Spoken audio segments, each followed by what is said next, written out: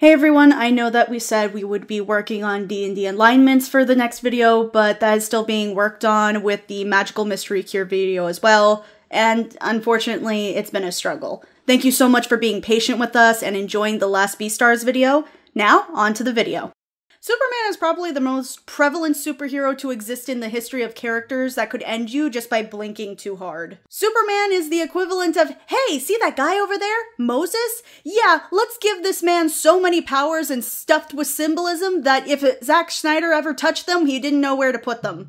If you don't know who Superman is, I'm sorry, what interplanetary Jesus are you worshipping? Because there are no words to describe how iconic this character is to a modern audience's eye. Even when they try to replicate, rip off, or even replace Superman, it's impossible to repeat the same magic of Clark Kent's Superman. But no one ever asked, how does Superman know how to fly? How does he know how to use his powers properly? Most people who haven't read the comics, hell, even people who have read the comics, don't really know. Some continuities will tell you, oh, he learned them through using them in Smallville, he was mostly self-taught, stuff like that. But in the early days of DC Comics history, there was another origin story that was so weird and interesting that no one talks about it. I guess it was too Silver Age for them, I don't know. I'm not bitter. From 1958 to 94, in the original continuity of DC Comics, Superboy was taught how to be more like Superman by the Legion of Superheroes. And back then, the group was kind of treated less like a Justice League and more like a fun club that acted like the Justice League from the future. They were kind of inspired by Superman to be heroes themselves and even made Superboy a member. This is the original continuity of the characters, and the only one I'm really going to be focusing on for the subject of this video. So then, why are we talking about the comics? What are you talking about? Well, I mean, we're a cartoon, anime, D&D, MLP, trope analysis, myth arc channel. But usually I can get footage for that. I can put the comic images in, but I don't know if I can do that the whole video. Besides, it's pretty obscure. It didn't even get a cartoon.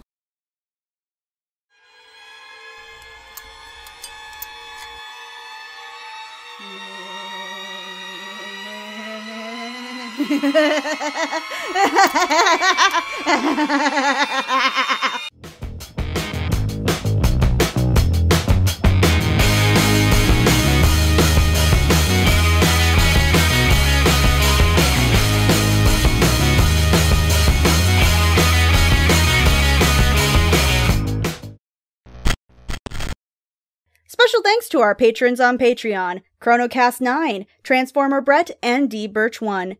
If you're at all curious on how to become a patron, look in the description below or go to patreon.com/Crimson Glow. We have benefits like early access to videos, custom icons, Patreon-only polls and content, and so much more. We also have a Redbubble, so you can show your Red Reasoning pride in your day-to-day life. Don't forget to like, comment, subscribe, and press that little bell icon in the corner there. Now it's time for our regular scheduled programming. That's right, this obscure superhero team of the future actually had a cartoon called Legion of Superheroes. Airing from 2006 to 2008 on Kids WB, this cartoon is something I grew up with, and when this show came out, almost nobody remembers it. To be fair, it came out in the middle of the DCAU peak and on Kids WB, which not a lot of people had. Proud to present on the WB, another bad show that no one will see. I need a drink. The only reason why I got to watch it was because my weekends were spent at the Military Youth Center and they had a TV that didn't have Cartoon Network. So what's the show about? Well, the show itself is about the Legion of Superheroes taking care of the universe's problems, anywhere from being primary security, fighting aliens, evil villain stuff, you know, the standard fare. It's mostly about Clark Kent, a high school graduate about to start his internship at the Daily Bugle for the first season. Suddenly, he's called in by people from the 31st century who call themselves the Legion of Superheroes as they train him to be Superman. In this, we get to know the characters, how long they've been heroes, and a little bit about their backstories and baggage. Season 1 is mostly about Monster of the Week stuff.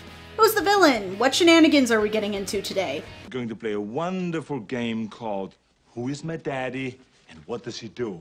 These episodes tend to stick to a very lighthearted tone. Any serious tones that come up are either single episodes or very subtle. Though there were some tasty little nuggets here and there that lead you to season 2. Again, I'm gonna talk about it a little later. Usually our first season characters consist of Clark Kent, who in this version of the character is actually a lot more unsure of himself than anything I've ever seen him in.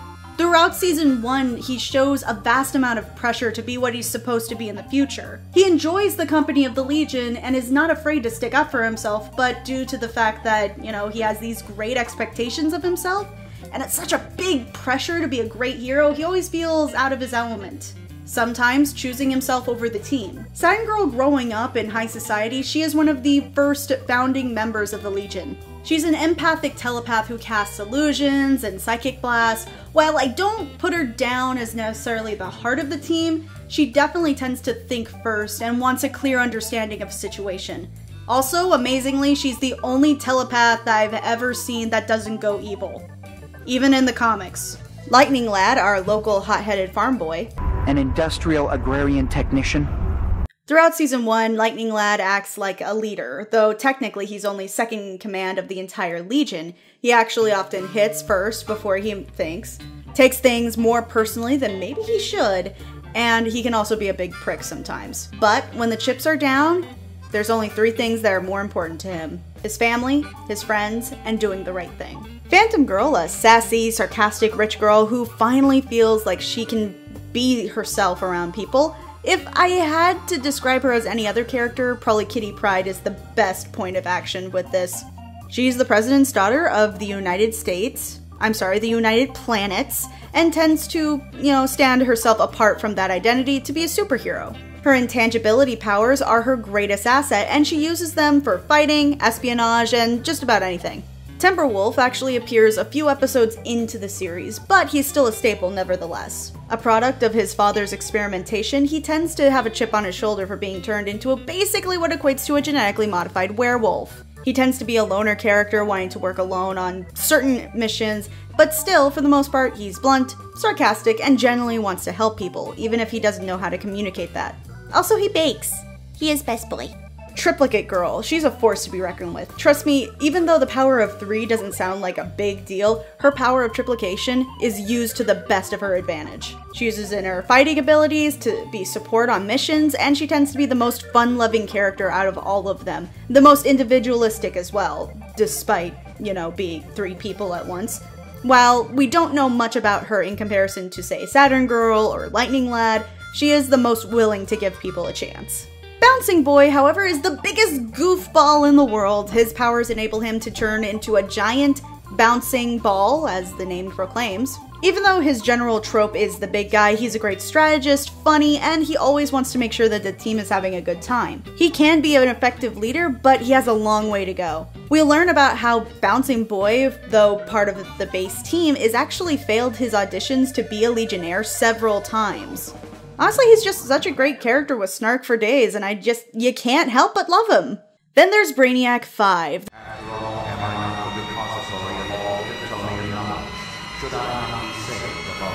The brains of the operation, with a 12th level intelligence, and he's easily the smartest character in the entire series. Really, the entire Legion. With that, he's also the most dynamic of the characters, I think. He's a bit of a fanboy, honestly, and he continuously idolizes Superman and just wants to hang out with him in the first season. For some reason, he feels conflicted about being hyper-intelligent and robotic to be mostly almost human. You can tell throughout season 1 that there's something else. Something that just doesn't feel right with the character. Probably not important. Of course, this video is already pretty long, as is with just the characters, but honestly, I needed to go through that just to describe Season 1. I like Season 1's writing as a form of relaxing before really getting into significant events. And you get to know the characters for a while, but at the same time, you don't have to watch everything all at once. The only exceptions I have is 11 through 13. Usually speaking, I don't like episodic shows. This could be because we live in an age of binging and we want to consume our media in a stream of an ongoing story. But what about Season 2? There's been a time skip between Season 1 and Season 2, and it's not really stated, but it's heavily implied to be at least 5 years or so. This season focuses on the Legion of Superheroes instead of Superman. as they are faced with a threat to their future, Imperiax. This season is legitimately darker, it's more mature, there are higher stakes, and one of the Legionnaires actually murders someone. Jesus, guy! What? He was gonna kill some random people I didn't know. And even more revealing character motivations and backstories are put out here. All the characters from the previous season have thus far matured into much more solemn characters. Having been at the game much longer now, the Season 1 characters have gained more of a rounded perspective. While they don't lose that same snark or sarcasm or wit from the previous season, they do have a much more nonsense perspective on things. That's why we gained 2.5 new characters? Sort of? The first being Chameleon Kid. He has shape-shifting powers that turn him into various animals and people, and though in the cartoon he's primarily an animal shifter, his character reflects a lot of the personalities of the previous season, replacing Bouncy Boy as the immediate comic relief. This is probably due to the fact that he's the latest edition of the Legion and he is inexperienced. In comparison, we also have Superman X, or Kal-El, as he is the clone of Superman from the 41st century, who's, I'm pretty sure, should have been a character created in the 90s. He's a bad boy, he doesn't play by no one's rules. Created for the sole purpose of defeating Imperiax. He's got the essential Kryptonian power set, as Superman does, but with the immunity of kryptonite. Hell, he even actually has kryptonite-themed powers. As the season goes on, you can tell that he's not nearly as cold as he claims to be, and will put his life on the line for what's right. He centers his whole life around the idea that he and Imperiax are murder soulmates. Probably harder than Megatron does with Optimus Prime. It's that bad. It's pretty bad. It's so bad. And finally, we have the OG Clark Kent, except he's much older now. Based on his dialogue, he's in the middle of his career as Superman, and Clark has just made the Fortress of Solitude and is now part of the Justice League, or at least he's meeting parts of the Justice League, though it seems that he hasn't met some of his significant villains like Zod. While this experience is excellent, there are a few things to point out here, specifically about Brainiac 5. Now, I've tried to stay relatively spoiler-free, so if you want to remain oblivious to Season 2's finale, please go to this timestamp right here and get to my final thoughts. If you don't care, then I guess keep going. For people who have read Superman comics, seen the DC animated universe, or known just generally about the rogues gallery of Superman, you might notice something very similar: the name Brainiac.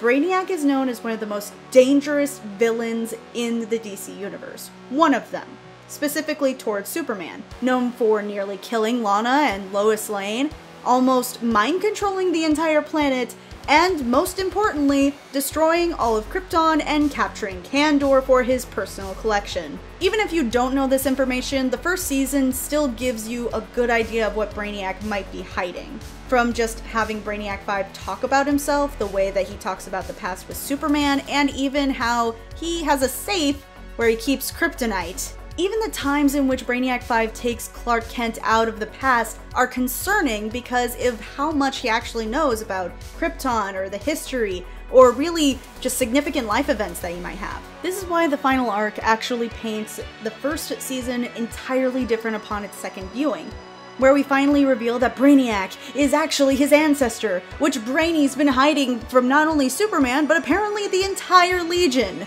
taking advantage of the historical records being lost in time somewhere. And while the rest of the characters trust him after this, the audience is now cautious.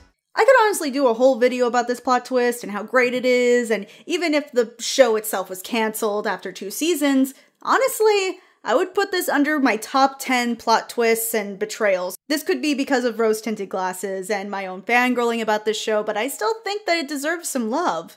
The animation was exceedingly different. This was between the DCAU Bruce Timm style and the anime influence of cartoons that were coming up in the mid-2000s. While it did have some anime inspirations from the way maybe some eyes were drawn on characters, the designs, the style still felt different. And this animation touched on so many different genres, yet it managed to pull it off really well, from dramatic, the horror, the epic, the dystopian, the crazy, and the fun. While you know this show took place in the future, it never really felt like the same place. If you were a comic book fan, some of the Easter eggs and the nods in the background to other series were impressive and fun. So then, what are my final thoughts on this series? I loved it as a kid, and I appreciate it even more as an adult now that I'm getting into comics more. The characters are fun, complex, varied. You feel like you've grown up with them through hardships. The animation is unique, even for the time. And right now in the comics, the Legion of Superheroes are getting a rebirth in the form of comics ran by Brian Michael Bendis. He's a great writer when not taking too many books at once, but honestly, I think this will still be one of my favorite versions of the characters. You can get the entire series on YouTube or with a DC Universe subscription. Even then, you can get this actually on Blu-ray for less than $30 on Amazon. Yes, I'm actually recommending you buy it or get a subscription. It is that good. I don't think this show deserves to be #1 in the DC animated universe, but you'll be a hell of a lot more satisfied with the series than you were with 2003's Teen Titans. What do you guys think? Are you gonna watch it? Have you watched it before? Am I being too generous to this series? Let me know in the comments below. This has been your future evil overlord, Crimson Glow, and evil does not die. It evolves. hey everybody, hope you liked the video. Just here to tell you that my D&D alignment video will be happening very soon. Thank you all for watching. A reminder that we do actually have merchandise in the Redbubble to show you your pride for Red Reasoning and the Crimson Glow channel. Your support on Patreon, YouTube, and other sites have really helped us keep motivated throughout this time and go through these challenging times. Thank you so much. Keep being amazing.